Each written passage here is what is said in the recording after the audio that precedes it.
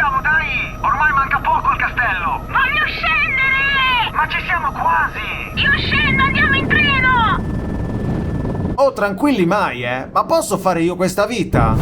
Ad ogni modo, sperando di arrivare vivi, oggi vi portiamo a scoprire il castello di cui, e non si sa perché, nessuno parla, nonostante sia per noi il castello più bello d'Europa, tanto da aver spodestato dal primo posto del nostro podio il famosissimo castello di Neuschwanstein di Ludovico II di Baviera. Quindi, come ha voluto la Cice, prendiamo il treno, partenza dalla stazione di Amsterdam con direzione Utrecht, dalla quale prenderemo il cambio per Vleuten. Una volta lì, salteremo su un bus navetta che ci porterà nei pressi del villaggio di Harzuilens. Ovviamente avrò sbagliato la pronuncia. Dove, fatta una bella passeggiatina, giungeremo finalmente a destinazione. Che meraviglia! Amici, benvenuti al castello di De Haar.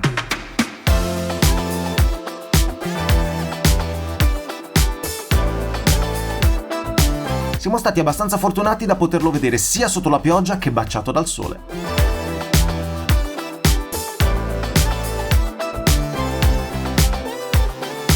È una delle residenze più scenografiche d'Europa. Pochi castelli possono eguagliare De Haar per la sua immagine ideale di fortezza medievale. Si erge maestoso da un parco di 135 acri con alberi imponenti, immensi giardini, viali fioriti, roseti, boschi gremiti di animali, un labirinto, canali, laghetti e stagni. Il castello di De Haar è tra i primi 20 musei più visitati d'Olanda. È un monumento storico al cui interno si svolgono attività durante tutto l'anno, come visite guidate, mostre, opere teatrali ed eventi di vario genere. È gestito dalla fondazione Castel De Haar, che lo ha acquisito nel 2000 dal barone Van Zuylen van Nichevelt van de Haar, ovviamente avrò sbagliato la pronuncia anche qui, per restaurarlo e preservarlo, dopo secoli di proprietà privata della famiglia che lo aveva ricostruito in stile neogotico nel XIX secolo. Ci fosse mai una volta che andiamo a visitare un castello... Non piove!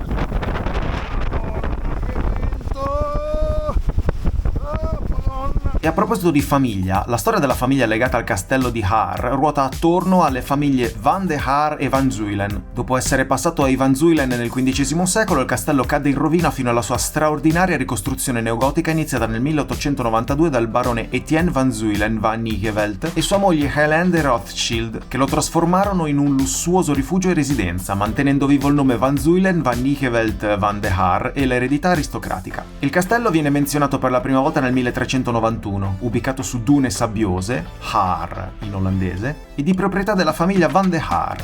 Nel XV secolo, dopo il matrimonio tra Josina van de Haar e Dirk van Zuylen, il castello passa alla potente famiglia Van Zuylen van Nichevelt, che ne mantiene la proprietà per secoli. Va che carino! Ah, grazie! Veramente parlo del castello. Dopo aver subito saccheggi e distruzioni, specialmente nel 1482, il castello finisce in rovina e diventa poco più di una fattoria. Arriviamo alla fine del XIX secolo, quando il barone Etienne Van Zuylen van Nichevelt eredita le rovine. Nel 1887 sposa la ricca ereditiera parigina Helene de Rothschild, proveniente da una famosa dinastia di banchieri, ed insieme decidono di ricostruire il castello in uno stile neogotico spettacolare, affidando il progetto all'architetto Pierre Cuypers, celebre per i progetti del Rijksmuseum e della stazione centrale di Amsterdam. Il grande progetto di Cuypers includeva non solo l'architettura del castello, ma anche i suoi interni, i giardini, la cappella e persino il villaggio di Harzuilens. Senza esagerare, il tutto può essere descritto come un Gesamtkunstwerk, ovvero un'opera d'arte totale. È un video! È bellissimo!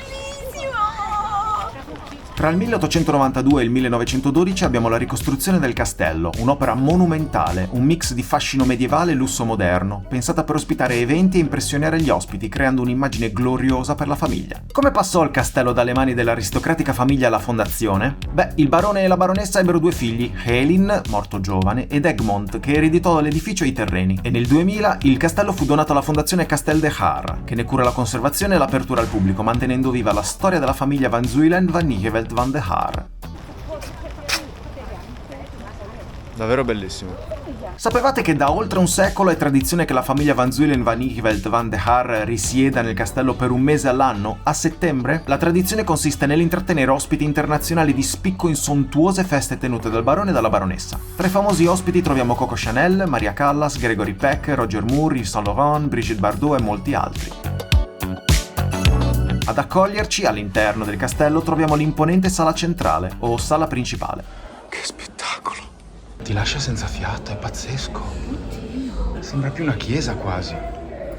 È l'antico cortile del castello di Haar e fu coperto durante i lavori di restauro tra il 1892 e il 1912. La volta in legno, alta 18 metri, è riccamente decorata con foglie d'oro. Non è bello, è bellissimo, ti toglie il fiato, un ingrasso così.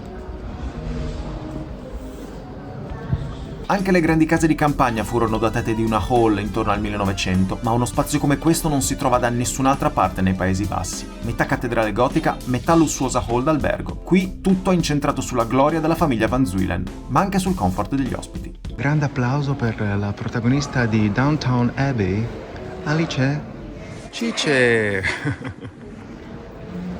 Fino a 34 ospiti potevano sedere a questo tavolo e cenare nella regale sala da pranzo del castello. L'ospitalità era molto importante per il barone Etienne, ecco perché questa sala è una delle più ricche e festose. Suo figlio Egmont e il figlio di quest'ultimo, il barone Thierry, hanno seguito il suo esempio. È qui che per oltre 100 anni star del cinema, artisti, politici e icone della moda sedevano tutti assieme per cenare e brindare. Tutto quello che vedi, compresi i bicchieri, gli abiti, è tutta opera dell'architetto Kuiper. E i servizi, sì, ce lo Incredibile. Sì. È proprio quello che voleva. Che voleva, Gli ha sì. commissionato infatti i lavori affinché facesse un tutt'uno, rendesse un tutt'uno, un'essenza unica, interni e esterni. Armonioso anche il giardino, è tutto stupendo, ragazzi. La scritta al più cavalleresco dei cavalieri si trova sopra la porta che dalla sala principale conduce alla sala dei cavalieri. Forse un riferimento alla competizione tra cavalieri nei tornei medievali. Nella sala dei cavalieri l'architetto si è sbizzarrito con ogni possibile riferimento alla cavalleria medievale e agli eroi mitici, come antenati o modelli di riferimento. Qui gli ospiti venivano accolti con tè, petit four e panini dopo il loro arrivo. La sera, prima e dopo cena, venivano servite bevande, soprattutto ai gentiluomini, con sigari e whisky. Dopo aver visto castelli nella Loire, castelli in Bavaria, in Italia, Abbiamo visti molti... ma in Scozia, Sì. ma posso dire che questo, a parte che dentro è tenuto in maniera mai vista una cosa del genere, cioè pazzesco. Questo castello ha un fascino particolare, però bravo, come hai detto tu, non so se la cosa è dovuta a quanto è tenuto bene. Ci credo che dei Paesi Bassi questo è il castello più grande, ma soprattutto più bello. Bello, Più tenuto grande, benissimo. più grande lo posso capire, ma più bello. Cioè sì, assolutamente, non faccio fatica a crederlo. I balli e le feste facevano parte della vita nobiliare. Etienne Van Zuylen ed Hélène de Rothschild li amavano. Secondo la tradizione si incontrarono a un ballo in maschera dove Etienne la impressionò vestito da Ercole con una clava. Una parete di questa sala è costituita quasi interamente da pietra calcarea, scolpita da Bernard van Bindebeck. Nella sala da ballo le decorazioni sono dominate dall'amore e dal piacere. È in questa sala che si possono ammirare alcuni dei più straordinari tesori d'arte che il barone e la baronessa hanno raccolto durante i loro numerosi viaggi.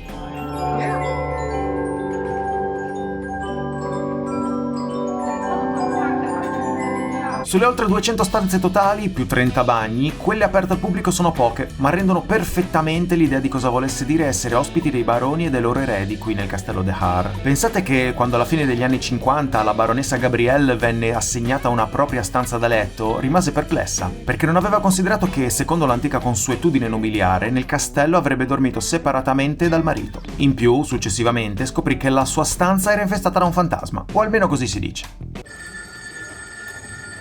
Rispondo? Hello? Oui, Ui, Maria sei in, Cala. sei in Francia? Maria Callas. Je t'aspettais.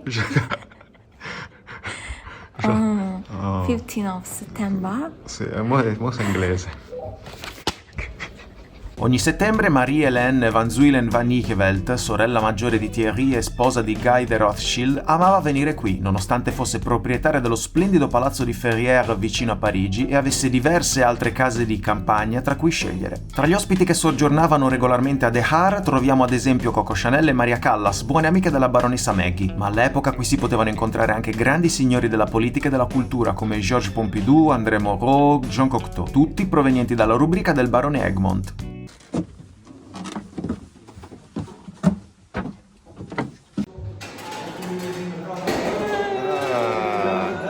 Mi sa di qualche cosa francese, qualche ricetta strana. Ad abbracciare il castello c'è un grande parco per il quale Van Zuylen chiese di piantare oltre 7000 alberi. In origine era presente anche un grande giardino ispirato ai giardini alla francese di Versailles. Pensate che per la realizzazione e l'ampliamento del parco fu demolito il villaggio di Harzuylenz, ad eccezione della chiesa cittadina. Gli abitanti furono trasferiti in un luogo a circa 1 chilometro di distanza dove sorse una nuova Harzuylenz e nella quale vissero come inquilini del signore del castello. Anche questo nuovo villaggio fu costruito in stile pseudo-medievale, comprendendo un villaggio rurale molto verde. Gli edifici furono per la maggior parte progettati da Kuipers e da suo figlio Joseph. Non mi mordi, è vero? Ok, siamo amici, siamo amici. Non mi mordi, vero? C'ho niente. Lo vado a mangiare. Lo decido io. Lo decido io se siamo amici. Fammi assaggiare il tuo dito prima. Fammi assaggiare il mignolino. Se ben ricordate, all'inizio del video vi avevamo accennato anche di un labirinto. Sei pronta ad essere stracciato un'altra volta all'interno di un labirinto? Visto che ha sempre vinto finora, Sì, a esatto. Schönbrunn, a Vienna, In Francia. mi ha sfidato di nuovo. Certo. Perché ti piace vincere facile a sto punto, perché ne hai già vinte 2 su 3 praticamente. Dai, Vabbè, ti verrò a prendere. vinca il migliore.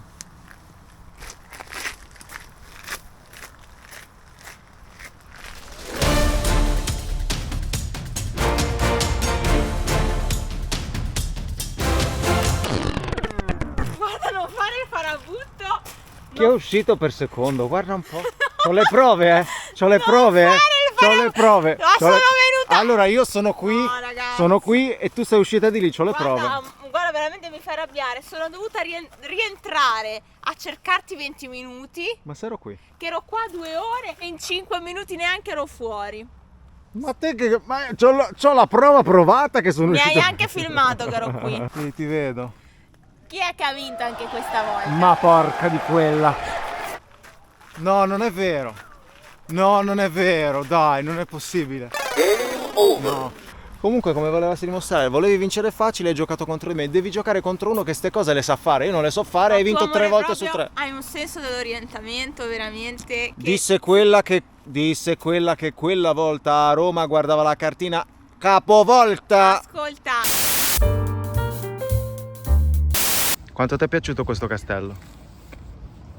10 su tutto il fronte. 10. Bellissimo, bellissimo. Lo consiglieresti quindi, eh? Assolutamente, anche se venite solo ad Amsterdam come abbiamo fatto noi, è veramente in 1 ora e mezza lo raggiungete, è da visitare, lo consiglio. Dentro è curato in maniera pazzesca, fuori anche, è pazzesco, io non ho mai visto nulla del genere. È gestito in maniera impeccabile, una chicca, veramente, fidatevi di noi. Amici, dimenticavo, il video finisce qui. Iscrivetevi al canale e lasciateci un commento qui sotto.